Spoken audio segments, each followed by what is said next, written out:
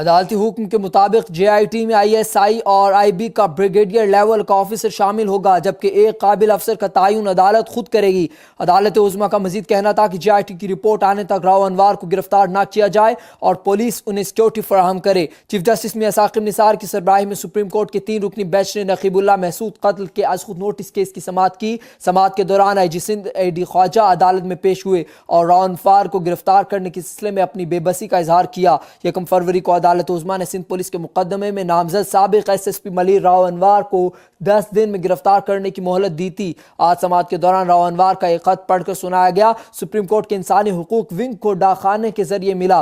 اپنے خط میں راؤ انوار نے موقف اختیار کیا کہ انہوں نے قتل نہیں کیا، ان پر الزام لگایا گیا ہے۔ ساتھ ہی انہوں نے عدالت عظمیٰ سے ایک آزاد جے آئی ٹی بنانے کی استدعا کرتے ہوئے موقف اختیار کیا ہے کہ جو فیصلہ جے آئی ٹی کرے گی انہیں منظور ہوگا۔ خط کی تصدیق کے لیے چیف جسٹس ثاقب نثار نے آئی جی سندھ کو راؤ انوار کے دستخط دکھائے، جس پر اے ڈی خواجہ نے کہا کہ دستخط راؤ انوار سے ملتے جلتے ہیں، جس پر چیف جسٹس نے کہا کہ ٹھیک ہے پھر جے آئی ٹی بنا دیتے ہیں۔ ساتھ ہی چیف جسٹس نے اے ڈی خواجہ کو مخاطب کر کے کہا ہے کہ آئی جی صاحب پھر راؤ انوار کا ہم نے ہی پتہ کروایا ہے، آپ نے کچھ نہیں کیا، جس پر آئی جی سندھ نے کہا کہ سر آپ، میں اور ہم میں بہت فرق ہے۔